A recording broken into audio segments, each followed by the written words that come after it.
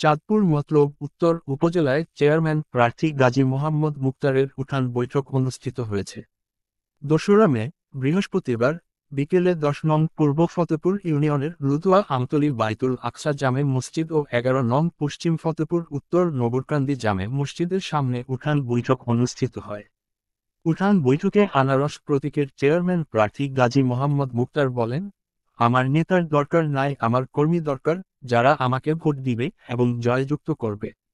বেশিরভাগ নেতারাই বেইমানি করে, কিন্তু কখনো কর্মীরা বেইমানি করে না। আমি নির্বাচিত হলে সন্ত্রাসী কর্মকাণ্ড মতলব উত্তরে হতে দেব না। সন্ত্রাসী করে মানুষের ভালোবাসা পাওয়া যায় না, কিন্তু ভালোবাসা জনগণের অন্তর থেকে আদায় করে নিতে হয়। এছাড়া আমি আপনাদের ভালোবাসায় মুগ্ধ। জনগণ আমার পাশে আছে। এমন গণজের দেখে এক শ্রেণীর লোক উশৃঙ্খল আচরণ করছেন। আমার নেতা কর্মীদের ভয় ভীতি দেখাচ্ছেন। ইনশাল্লাহ আপনারা ভয় পাবেন না, আমি আপনাদের সাথে আছি। তিনি আরো বলেন, আমি কিছু নিতে আসিনি, আমি কিছু দিতে এসেছি। আগামী ৮ তারিখে আপনারা আমাকে নির্বাচিত করলে আমি আগামী ৫ বছর আপনাদের সেবা করে যাব, কথা দিলাম। এ সময় উপস্থিত ছিলেন অত্র মসজিদের সভাপতি বোরহান উদ্দিন মৌলভী, সেক্রেটারি মিলন ব্যাপারী, কাশিয়ার মোহাম্মদ মোক্তার হোসেন, বোরহানউদ্দিন ব্যাপারী, আব্দুল মতিন পাটোয়ারি, এছাড়াও রুবেল হোসেন, মাসুদ, ফরিদ খান, লাদেন সরকার, মাহফুজ সরকার, শাহাদাত হোসেন সহ স্থানীয় বিভিন্ন পর্যায়ের নেতাকর্মীরা। এছাড়াও তিনি দিনব্যাপী উপজেলার বিভিন্ন স্থানে গণসংযোগের ব্যস্ত সময় পার করেছেন। সুষ্ঠু করার জন্য মাননীয় নেত্রী শেখ হাসিনা ডিজিটাল বাংলাদেশকে স্মার্ট বাংলাদেশে রূপান্তরিত করেছেন।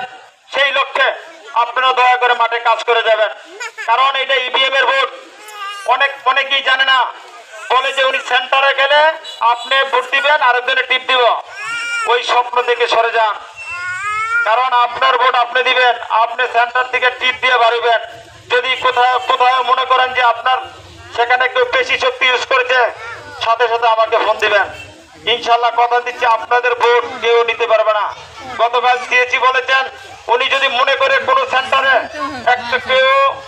একটা ভোটকে এদিক সেদিক করেছে, সেখানে সেই মুহূর্তেই ইভিএম এ ভোট বন্ধ হয়ে যাবে।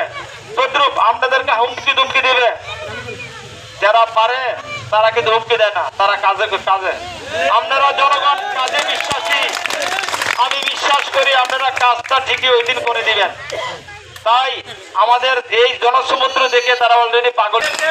তাদের মধ্যে সবচেয়ে সুশিক্ষিত এবং ব্যবসায়ী সমৃদ্ধ পরিবারের কলঙ্ক আছে, ওনার রাজনীতিতে কলঙ্ক নাই। ইতিমধ্যে উনি দেখেছেন যা করতেছে তা কোনো ভালো মানুষ করে না। এটা কিন্তু মায়াবাই করে না, মায়াবাইরে কেউ না কেউ করাইতেছে।